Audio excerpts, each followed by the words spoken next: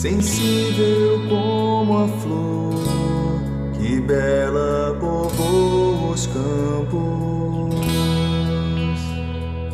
brilha como o sol que nos oferta sua festa de luz e cor.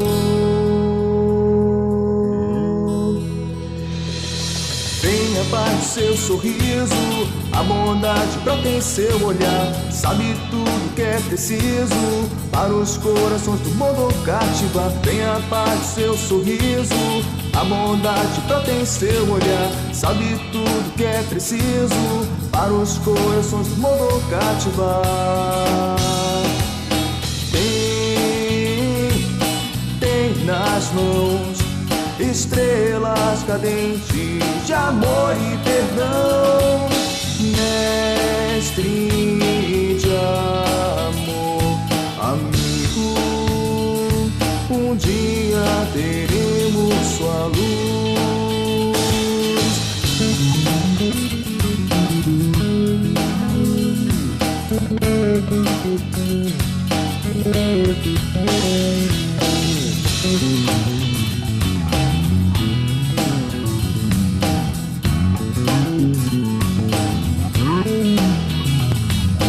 Vem a paz do seu sorriso, a bondade brota em seu olhar, sabe tudo que é preciso para os corações do mundo cativar. Vem a paz do seu sorriso, a bondade brota em seu olhar, sabe tudo que é preciso para os corações do mundo cativar.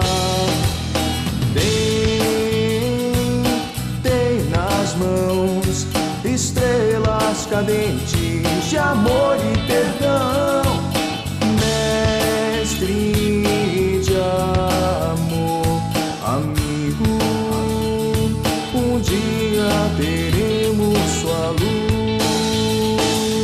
Mestre de amor, amigo, um dia teremos sua luz, sua luz.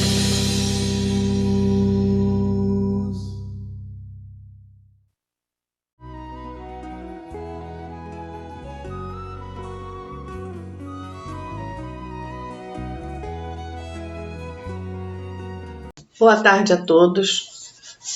Meu nome é Marilene e estou aqui hoje a convite do Almir e do Ricardo e do Walter para conversarmos. Seria uma palestra, mas como eu não sou palestrante, estou bem longe disso, eu sou uma conversante, né? Então, eu estou no Caminheiros há pouco, comecei o estudo do ESD, fiz o ENEF desse ano com eles e estamos lá. Estudar sempre é bom, né? Ainda mais numa casa que nos recebe com tanto carinho, com tanto amor, num trabalho tão bonito como é do Caminheiros. E assim, eu peço à espiritualidade amiga, a Deus, Pai Maior, Mestre Jesus, que nos ampare nesses momentos tão conturbados que estamos passando nesse momento, que nos fortaleça no amor, na fé maior, na certeza de que tudo na vida passa e de que também esse momento que estamos vivendo vai passar. Tudo na vida é um aprendizado, né? E como somos bons alunos e gostamos mais da aula do professor da dor do que do professor amor, então nós estamos em sala de aula, né? E nesse momento nós estamos fazendo uma provinha. E vamos ver se a gente consegue passar por essa provinha, correto? Que os bons espíritos nos ampare, principalmente que me ampare nesse momento, porque é a primeira vez que eu faço isso por vídeo. Vou dizer a vocês, eu estou assim bem insegura. Me desculpem se eu gaguejar. Inclusive, eu trouxe o texto em texto, porque eu estou trabalhando de casa, minha vida está uma loucura e é tanta coisa acontecendo. Algumas coisas eu vou ler, tá bom? E fortalecidos no amor do Cristo. E assim nós vamos começar. Hoje nós temos do livro Céu e Inferno, capítulo 4, a visão do inferno. O inferno na visão espírita, melhor dizendo. Vamos estudar um pouquinho, entender um pouquinho melhor o que é o inferno, né? Que tememos tanto. O inferno na visão espírita. O inferno verdadeiro, será que ele existe mesmo? Ele está assim, situado em algum plano? Ele está no espaço sideral? Ou ele está no meio da Terra? Ou ainda mais, ele representa a intimidade do indivíduo. Por que tememos tanto o inferno? Que tanta confusão a gente acha que quando está com raiva manda logo, vai para o inferno, vai queimar no inferno, e a gente proclama tanto esse inferno. Então vamos entender um pouquinho. Segundo o dicionário, inferno é um conceito presente em diferentes religiões, mitologias e filosofias, representando a morada dos mortos indistintamente. Segundo alguns, o lugar de condenação de grande sofrimento das pessoas más. Segundo outros. A Igreja Católica, ela nos mostra que o inferno é o estado ou lugar daqueles que, morrendo em pecado, padecem penas eternas. Para o Espiritismo, é uma alegoria que representa um estado atormentado de alma, mas sempre superável pelo próprio ser, na mesma ou em outra existência, ou nessa ou em outra existência. Então, nós temos nos primórdios, dois tipos de inferno, o dos pagãos e o dos cristãos. No inferno dos pagãos, descrito e dramatizado por poetas, é o modelo mais grandioso do gênero e se perpetuou, projetando como dos cristãos, que teve também os seus poetas. Comparando-os, podemos encontrar numerosas analogias. Num e noutro, o fogo material é o elemento básico, né? Por se tratar de uma das piores torturas, que mais traz sofrimento. É um castigo, uma palavra que resume bem o que se trata o inferno cristão. Que ir para o inferno é um castigo. O inferno cristão tem por toda parte caldeiras ferventes, cujas tampas os anjos erguem para verem se contorcendo os condenados. À semelhança dos pagãos, os cristãos têm o seu reino dos infernos, que é Satanás. Com a diferença de que lá nos pagãos, um dos poetas, Plutão, se limitava a governar um império sombrio que havia recebido, mas sem praticar maldades. Ele retinha nesse império os que haviam praticado mal, porque essa era a sua missão, mas não procurava induzir os homens ao mal pelo prazer de submetê-los ao sofrimento. Não, eram ruins, então eram levados para lá, para esse local, e ficavam lá. Satanás, entretanto, recruta as suas vítimas por toda parte. Deu mole, ele está recrutando. E se alegra de fazê-lo, de atormentá-los por legiões de demônios. Ficar ali cutucando com o tridente, revolvendo-os no fogo, para que queimassem mesmo, tendo certeza se estavam realmente queimando no fogo do inferno. O inferno cristão não permite, pois, que o inferno pagão se exceda em nada. O cristão é bem mais rígido, né? Lá no pagão, o cara fica lá, bonitinho, tá lá no inferno, na dele, quietinho, só pagando. Já no inferno cristão, né, ele tem que comer o pão que o diabo amassou com o rabo, como se dizem o ditado popular. As mesmas razões que fizeram os antigos localizar a morada da felicidade, determinou também que eles determinassem a morada do suplício.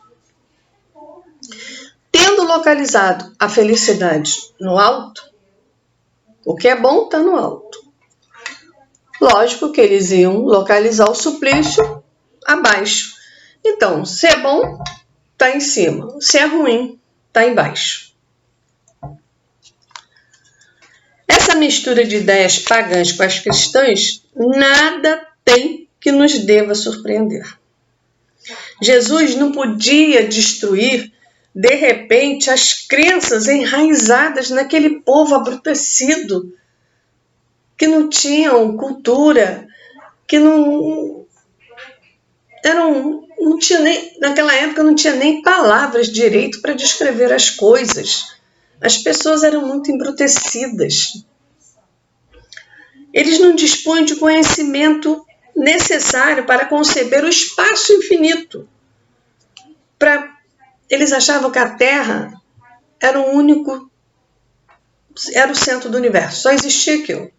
Então, como que Jesus poderia chegar e falar de outra maneira? Não conhecia a sua forma, nem a estrutura interior da Terra.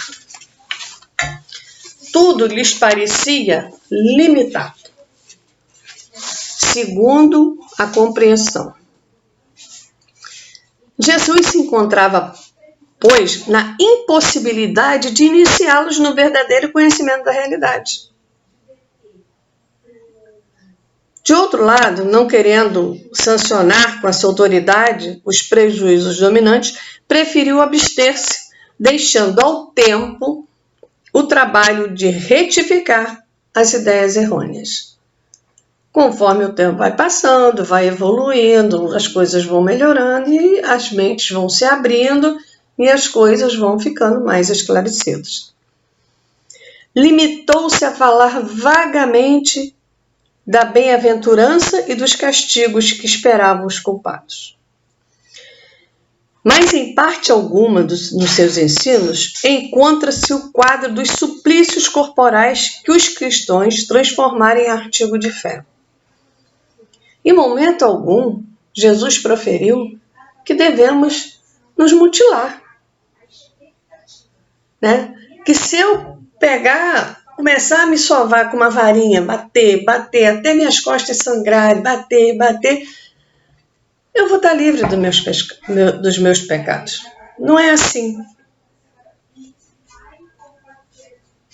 Não é pelo flagelo corporal, material, que eu vou me redimir, que eu vou me reparar, que eu vou pagar os meus pecados. Né? Igual muitas pessoas acham que subir a escadaria da Igreja da Penha de joelho vai chegar lá em cima no osso. Mas quando chegar lá, não, tá pago. Eu tô bem na fita. Já me resolvi.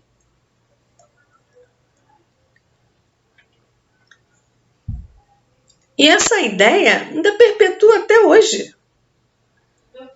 Se você for nessas regiões, lá no sertão mesmo do Nordeste, você vai encontrar muito isso. Pessoas que vão nas romarias se autoflagelando.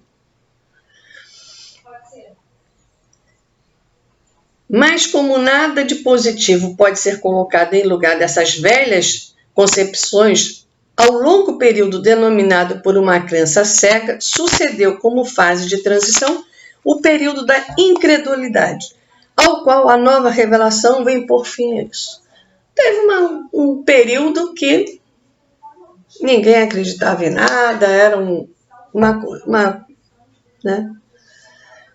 Então, Jesus vem, abre os caminhos e depois, com a evolução, com o caminhar dos anos e tal, aparece a nova revelação. Era necessário demolir para reconstruir, porque é muito mais fácil fazer aceitar as ideias justas pelos que em nada acreditam, em virtude de sentirem que apenas disso alguma coisa lhes falta, do que mudar os que já possuem uma fé robusta, embora absurda. Se você pega uma pessoa que não acredita em nada, que não conhece nada, você consegue, com carinho, demonstrar a ela, provar a ela que existe o bem, que existe o mal, que ela pode fazer as mudanças necessárias e que ela pode se modificar. Mas quando você pega que ele se acha onipotente, onipresente, onisciente, já a convicção, o que ele acredita é o certo. Aí fica bem mais complicado, né? Você consegue, mas tem que ter muita perseverança e a pessoa também tem que estar aberta a querer olhar outra perspectiva sem ser a dela, o que é muito mais difícil. Pela localização do céu e do inferno, as seitas cristãs foram levadas a admitir que só existisse para as almas duas situações: ou a perfeita felicidade ou o sofrimento absoluto. Ou você é muito feliz, ou você é extremamente infeliz. Você pode optar por isso. Aí nós temos esse grande espírito, o André Luiz, que nas suas vastas obras não tem como ninguém para descrever o inferno. Ele ressalta em suas obras. Em Missionários da Luz, ele diz que quase todas as escolas religiosas falam do inferno de penas angustiosas e horríveis, onde os condenados experimentam torturas eternas. São raras, todavia, as que ensinam a verdade da queda consciencial dentro de nós mesmos, esclarecendo que o plano infernal e a expressão diabólica encontram início na esfera interior de nossas próprias almas. Nem todas as religiões, mas algumas já conseguem falar um pouco mais. Nem que seja superficial, mas começa a falar. Em Obreiros da Vida Eterna, ele diz que cada homem, por si, elevar-se-á ao céu ou descerá aos infernos transitórios, em obediência às disposições mentais em que se prende. Então, depende de cada um. Em Nosso Lar, ele diz que Deus criou seres e céus. Mas nós costumamos transformar-nos em espíritos diabólicos, criando nossos infernos individuais. Cultivando, né? Com o Espiritismo, podemos aprender que o céu ou o inferno começam invariavelmente dentro de nós, visto exprimir equilíbrio ou perturbação, alegria ou a dor. A consciência em paz pelo bem realizado, ou a que se encontra carregada de remorsos pelos equívocos cometidos. E tem coisa pior que um remorso, gente? Não tem, não é? Estejamos encarnados, vivendo na Terra, ou desencarnados, habitando esferas do mundo espiritual, tudo o que nos rodeia foi inicialmente gerado em nosso próprio íntimo. Porque são os nossos sentimentos e pensamentos que determinam a realidade que nos envolve.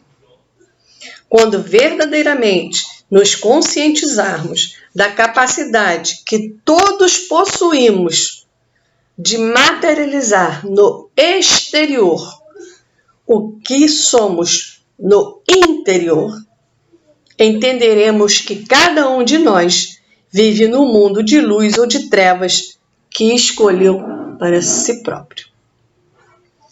O dogma do inferno, como sendo uma região horrível de dores, sem esperanças e sem termo, síntese de todas as agonias e suplícios, representa a extrema negação da onipresença, onipotência e, obviamente, da bondade, misericórdia e justiça de Deus. Pois não se concebe seu controle e sua autoridade nessas regiões de desespero sem fim. No entendimento teológico, o inferno é um lugar onde as almas sofrem eternamente. Na visão espírita, trata-se de um estado da alma transitório, que exige, enquanto as criaturas desrespeitar as leis de equilíbrio e harmonia que sustentam o universo, o sofrimento, a angústia, a rebeldia, desde que eu permita que esses sentimentos prevaleçam no meu íntimo.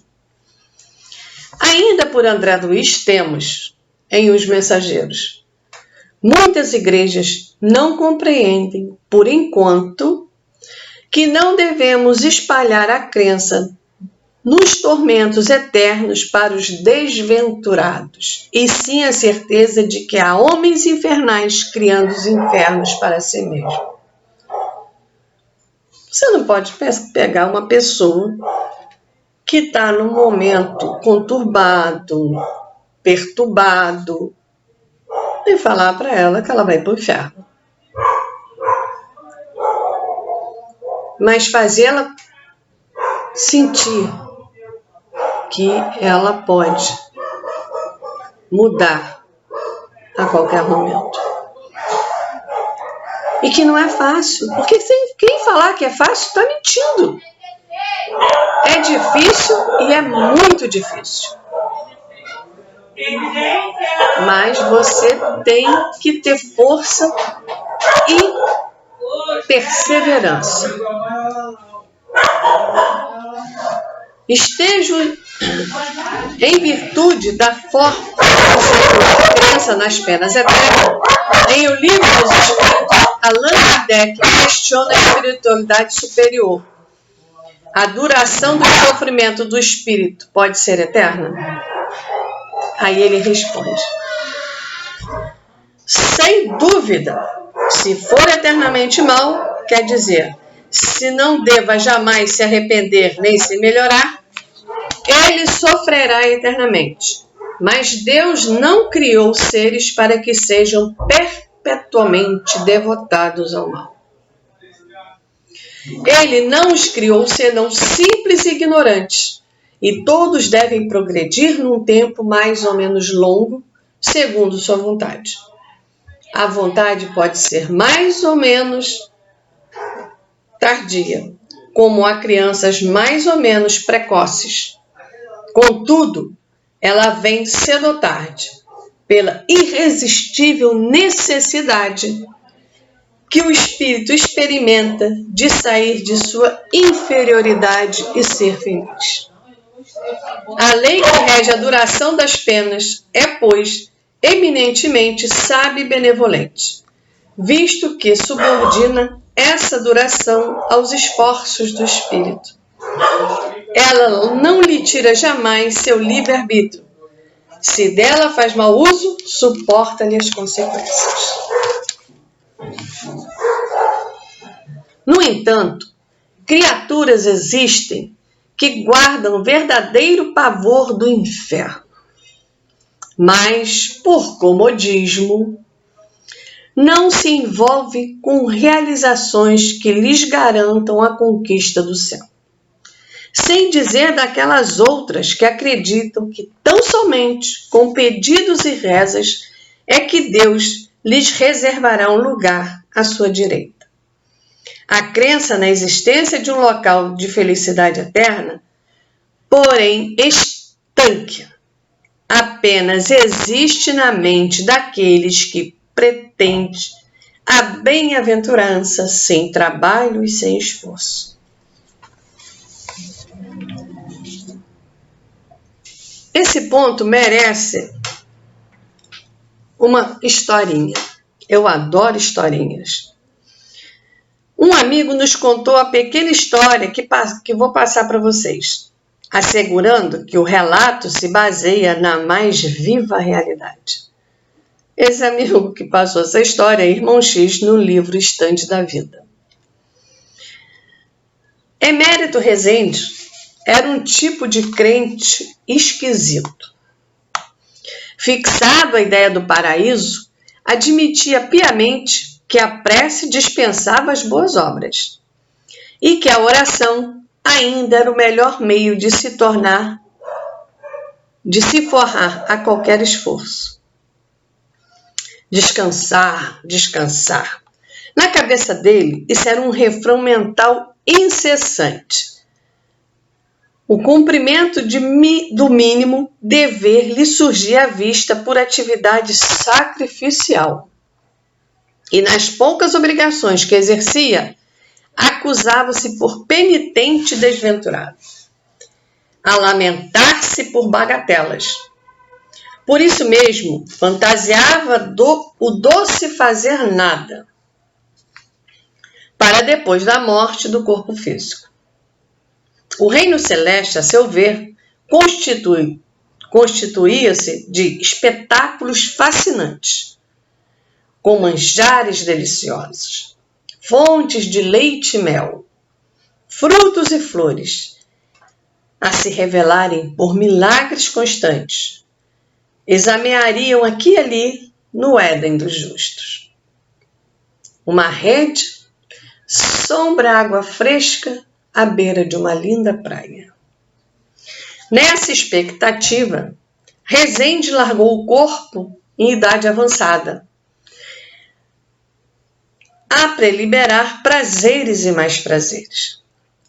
Com efeito, espírito desencarnado, logo após o grande transe, foi atraído de imediato por uma colônia de criaturas desocupadas e gozadoras, que lhe eram afins. E aí encontrou o padrão de vida, o que sempre sonhara. Preguiça, a coroar-se de festa sem sentido e a empanturrar-se de pratos deliciosos. Nada construir, ninguém auxiliar, só relaxando, sem fazer nada, absolutamente nada. As semanas se sobrepunham às semanas, quando Rezende, que se supunha no céu, passou a sentir-se castigado por terrível desencanto. Suspirava por renovar-se e concluía que, para isso, lhe seria indispensável trabalhar.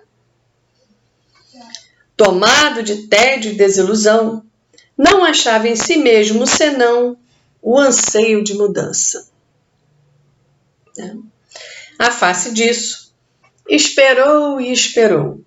E quando se viu à frente de um dos comandantes do estranho burgo espiritual, arriscou súplice. Meu amigo, quero agir, fazer algo, melhorar-me, esquecer-me. Peço transformação. Para onde deseja ir? Perguntou o interpelado, um tanto sarcástico.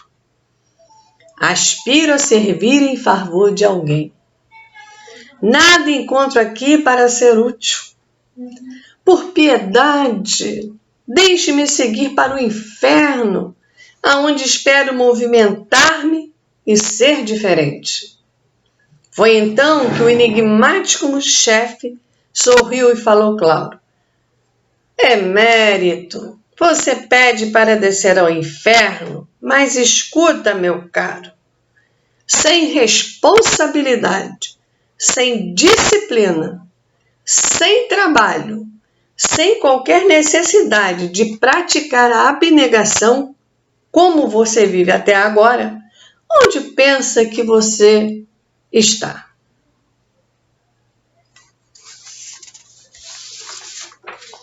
No mínimo, ele devia estar pensando que ele estava no paraíso, né? Ele era muito longe do paraíso. Correto?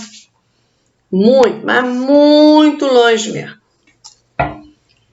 Devido à crença de que o céu se trata de uma realidade caracterizada pelo doce fazer nada, onde ficaremos eternamente cantando hosanas a Deus, mais uma vez nos reportamos a Kardec e perguntamos: o que é preciso entender quando se diz que os espíritos puros estão reunidos no seio de Deus e ocupados em lhe cantar louvores?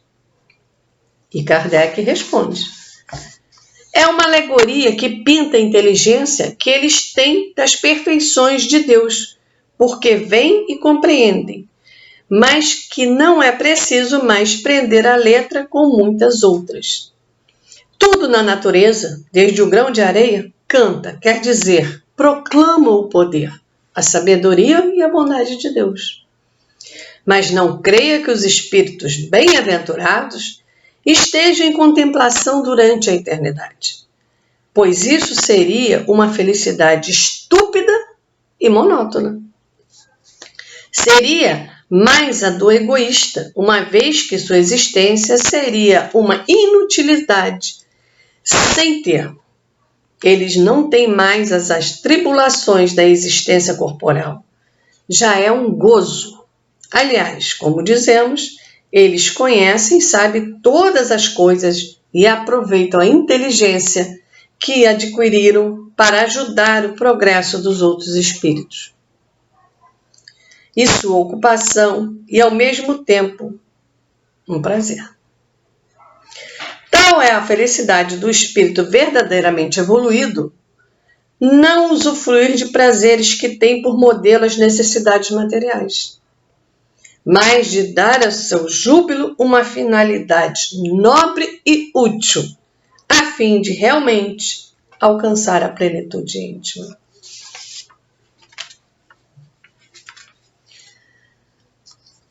Através do uso da razão, torna-se difícil acreditar e aceitar que Deus permita a dor eterna, ou que tenha criado a punição impiedosa, ou ainda que queira que uns gozem sem trabalho de benesses e que outros só alcançam através de muito esforço e perseverança. Desse modo, ele não seria bom, justo e misericordioso, correto? A doutrina espírita nos ensina que ele criou a todos, nós como seres simples e ignorantes, para que com o próprio empenho e mérito pudéssemos atingir níveis mais elevados de bem-aventuranças. Sendo assim, optar pelo céu ou pelo inferno é uma questão puramente pessoal, porque detentores que somos de livre-arbítrio, temos o direito de escolher o próprio caminho, mas obrigatória e concomitantemente de dar conta das consequências dos atos praticados. Eu só quero ficar igual o emérito lá na sombra e água fresca, eu nasci para ser feliz. Eu preciso gozar a vida. Eu estou no auge da minha mocidade. Eu preciso gozar a vida. Eu preciso viajar muito, passear muito. Eu adoro tomar minha cerveja. Eu gosto de curtir a vida. Então, depois, arque com as consequências das curtidas. Depois, não vá dizer que Deus é ruim, que Deus é injusto, que Deus não olha por mim. Mas eu plantei. Plantio totalmente liberado, totalmente livre. Você é dono do seu canteiro, você vai plantar o que você quiser. Porém, na hora da colheita, será você também que terá que colher. Não adianta pedir para que alguém vá lá colher por você. O plantio é totalmente livre, porém a colheita é obrigatória. Em um mundo maior, Emmanuel enfatiza: a morte a ninguém propiciará passaporte gratuito para a aventura celeste. Nunca promoverá compulsoriamente homens a anjos. Cada criatura transporá essa aduana da eternidade com a exclusiva bagagem do que houver semeado e aprenderá que a ordem e a hierarquia, a paz do trabalho edificante são característicos imutáveis da lei em toda parte. Ninguém, depois do sepulcro, gozará de um descanso a que não tenha feito jus, porque o reino do Senhor não vem com aparências externas. É natural, porém, que cada lavrador respire o ar do campo que escolheu. No momento, aí lá no Livro dos Espíritos tem a pergunta 961 que diz assim: no momento da morte, qual é o sentimento que domina a maioria dos homens? A dúvida, o medo ou a esperança? E os espíritos respondem: a dúvida para os céticos endurecidos, o medo para os culpados e a esperança para os homens de bem.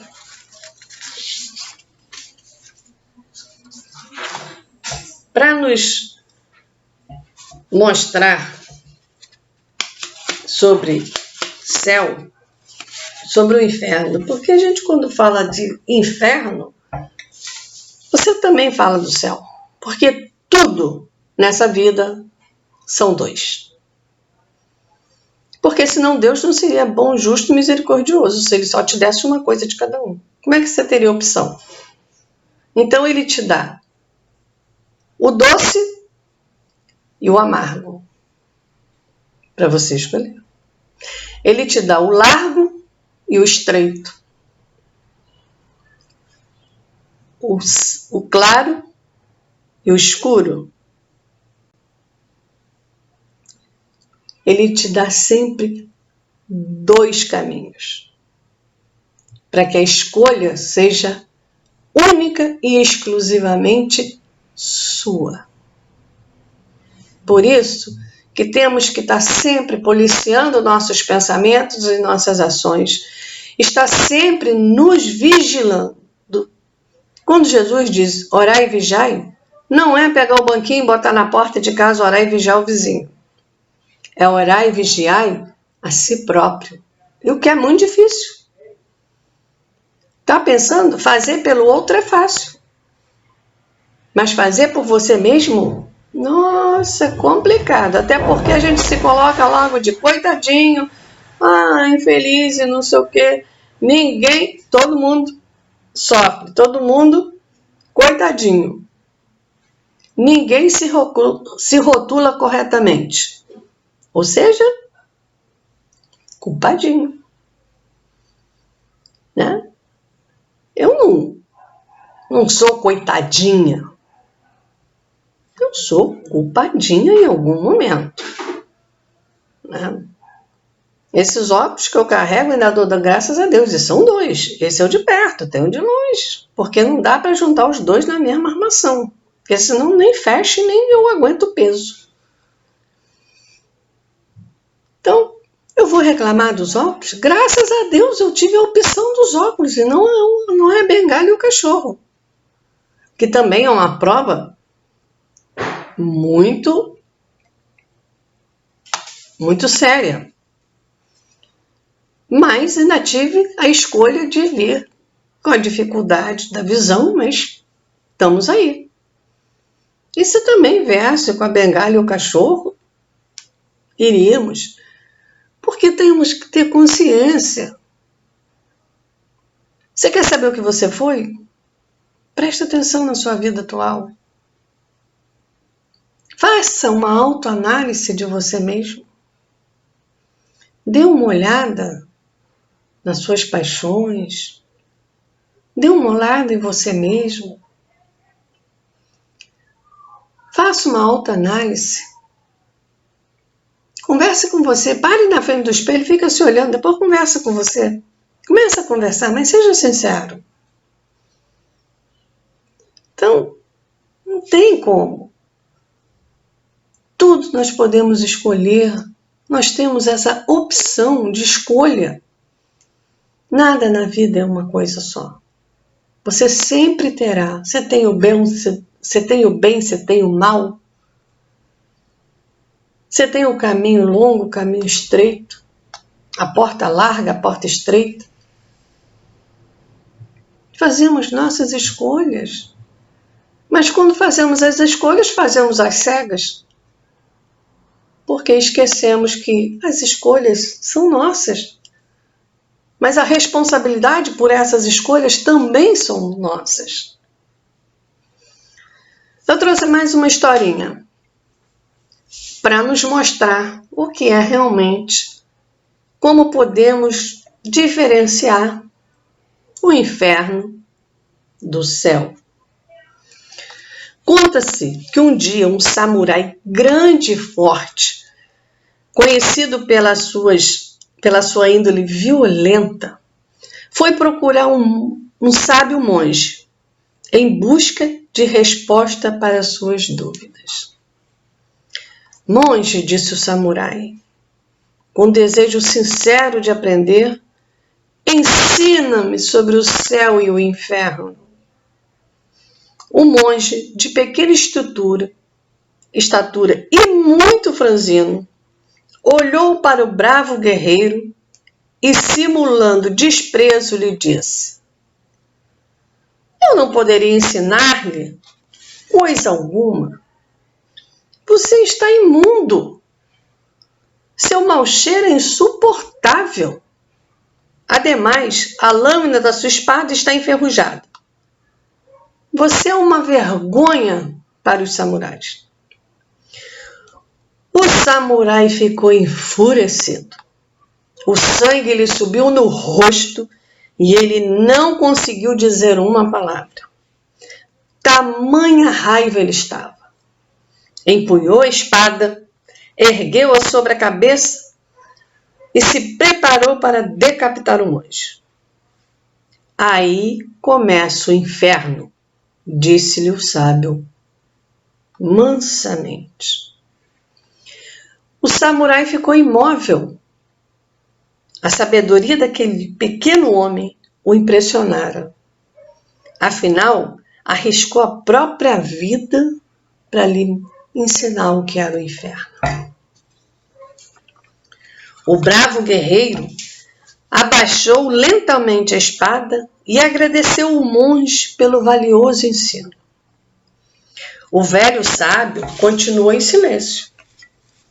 Passado algum tempo, o samurai, já com a intimidade pacificada, pediu humildemente ao monge que lhe perdoasse o gesto infeliz. Percebendo que seu pedido era sincero, o monge lhe falou: aí começa o céu. Para nós, resta a importante lição sobre o céu e o inferno que podemos construir na nossa própria intimidade. A cada instante, somos convidados a tomar decisões que definirão o início do céu ou o começo do inferno em nossas vidas. É como se todos fôssemos portadores de uma caixa invisível, onde houvesse ferramentas e materiais de primeiros socorros.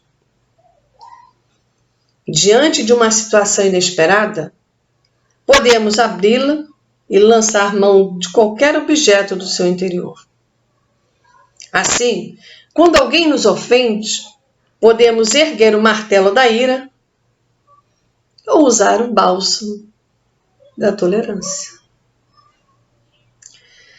Visitados pela calúnia, podemos usar o machado do revide ou a gaze da autoconfiança.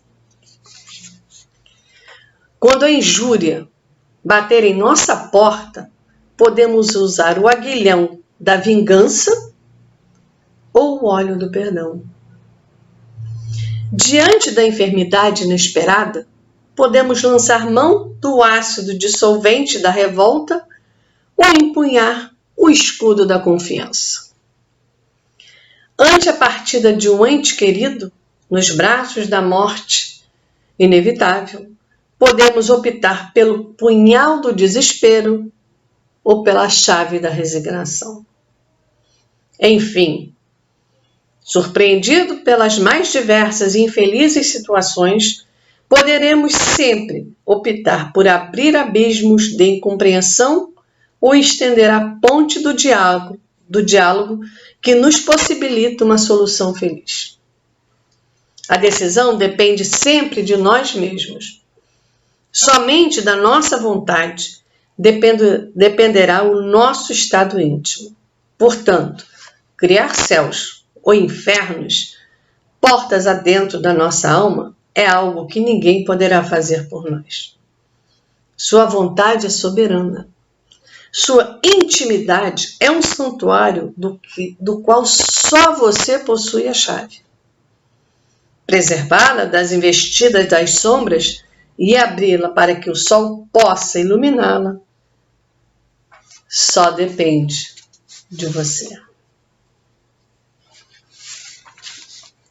Então, tem uma música que diz, né? Depende de nós. Se o futuro... Eu não tenho voz para cantar e fica aí a ideia da música. Então, não é fácil. Não. Jesus nunca, em momento algum, ele disse que seria. Muito pelo contrário, ele sempre disse o quê? Que o caminho era pedregoso, que a porta era escura, mas que a chegada seria onde? Na felicidade. Nesse plano terreno, não existe a felicidade plena, pois a felicidade não é deste mundo. Porque na casa de meu Pai há muitas moradas. É disso que precisamos ter bastante consciência. Acreditarmos que tudo passa na vida. Os momentos difíceis demoram mais um pouquinho, mas também passam. Se os felizes passam, por que os difíceis não vão passar? Né? Tudo na vida são dois. Tudo na vida depende única e exclusivamente das nossas escolhas. Então, não sejamos egoístas com nós mesmos. procuremos raciocinar, estudar, para que possamos nos presentear com o que há de melhor. E tenham certeza que quando você vence uma pequenina batalha que seja, o gosto da vitória é inenarrável. E aí você passa a querer mais vitórias. Vencer o outro é muito fácil. O difícil é vencer a si mesmo. Pergunte a um fumante, a um ex-fumante, como foi difícil largar. Vá numa reunião do AA e veja como é difícil às 24 horas. Mas não é impossível. E o difícil sempre tem um gostinho de quero mais. É muito bom. É muito bom mesmo.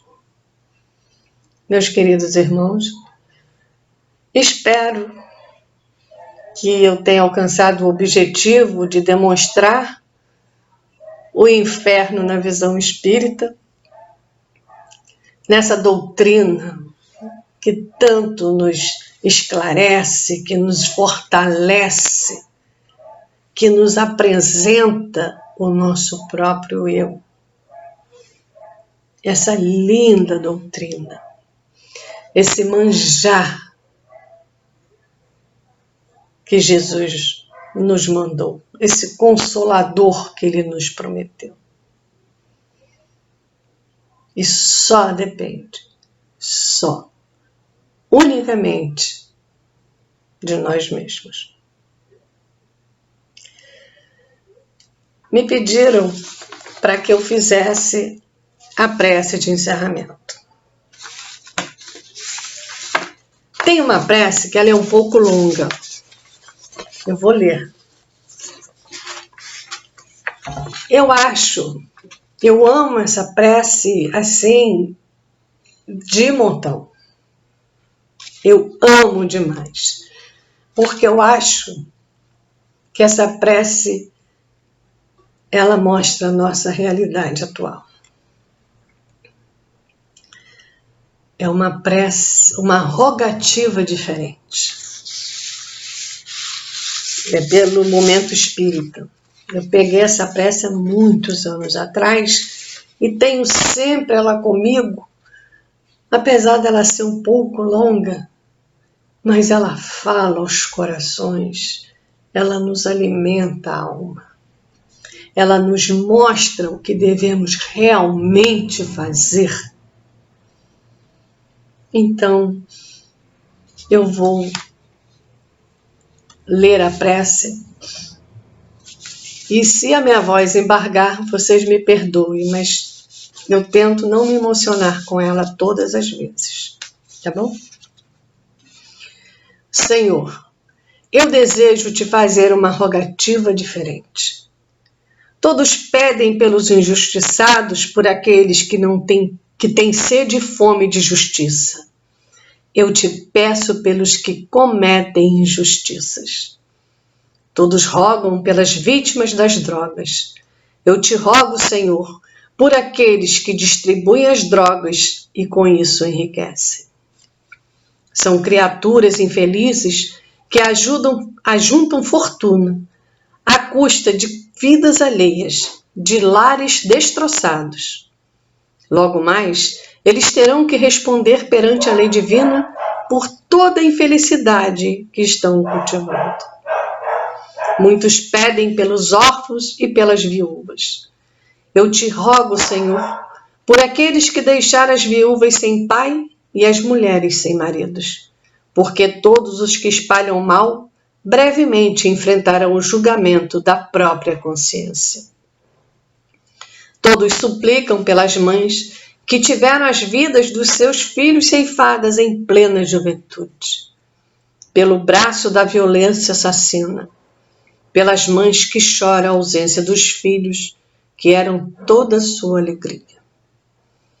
Mas eu, Senhor, te peço pelos corações das mães que têm seus filhos encerrados nas prisões, por aquelas que os receberam nos braços, os amamentaram e teceram 1000 sonhos de ventura e os viram todos destroçados. Te peço, Senhor, pelas mães que sofrem por ouvirem muitos chamarem seus filhos de bandidos, de criminosos, de homens sem alma. Muitos suplicam pelos que padecem fome. Eu te suplico por aqueles que a provocam, por aqueles que, tendo abarrotados os celeiros, mantêm as portas fechadas esperando que o preço suba, que o mercado fique melhor para poderem ganhar maiores somas de dinheiro. Todos pedem em favor dos que não têm acesso aos medicamentos, aos hospitais, a exames e a um tratamento digno. Eu te rogo por todos aqueles que fazem das suas possibilidades de servir aos semelhantes uma oportunidade de conseguir ainda mais moedas para se acrescentar nas suas contas bancárias. Muitos estendem súplicas aos céus pelos idosos abandonados que vivem nos asilos, nas ruas, nas clínicas. Eu te suplico por aqueles que os abandonaram, porque um dia colherão a exata medida do que estão semeando na atualidade. Enfim, Senhor, enquanto todos rogam pelos infelizes e desgraçados, eu te rogo por aqueles que sorriem, mas apresentam o coração em chaga viva, por aqueles que parecem ser vencedores no mundo, mas que trazem na intimidade a mensagem da frustração, do desamor e da solidão. Eu te peço, Senhor, por todos os que se encontram no momento da semeadura infeliz, porque na época da colheita sofrerão imensamente por todos os espinhos que terão de colher. O primeiro ato que deveria assinalar o dia do cristão é a prece. Orar por si mesmo é necessidade da criatura. Orar pelos que persistem no erro é exercício de amor ao semelhante. E assim, agradeço a todos vocês que estão assistindo essa conversação nesse momento. Muito obrigado. Obrigado ao Almir, ao Walter, ao Ricardo, a todos do Caminheiro, pela oportunidade do trabalho. É muito bom estar com vocês. E espero que eu tenha conseguido o objetivo de desvendar o que é esse tão terrível inferno, né? Peço à espiritualidade amiga que nos assistiu, que me ajudou,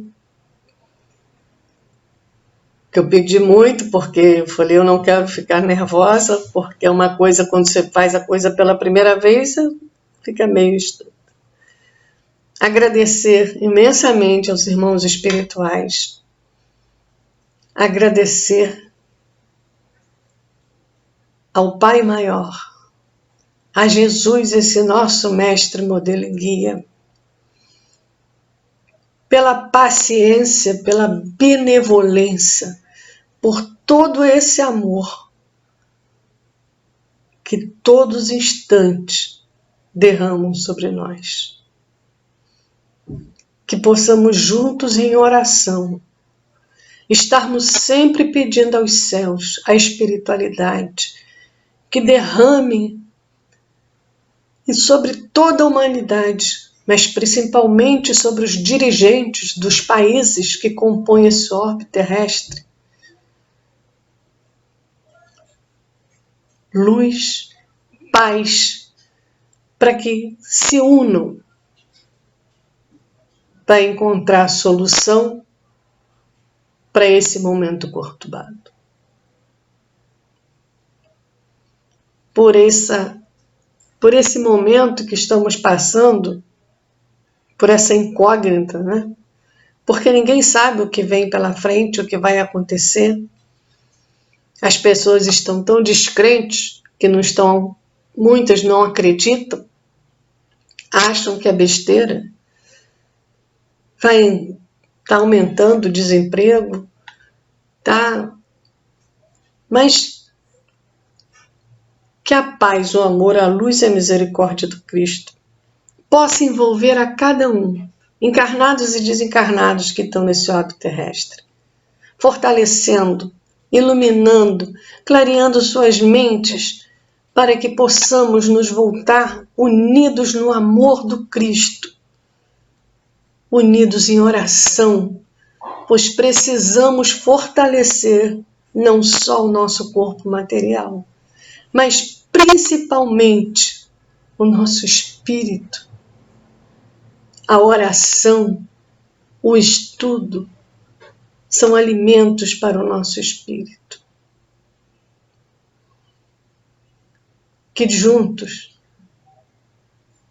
unidos pela oração, possamos caminhar em direção de uma nova perspectiva. Pois a evolução vem para todos. E assim, meus queridos irmãos, eu dou por encerrada a nossa conversação. Um beijo grande em seus corações e muita paz a todos. Que assim seja, graças a Deus.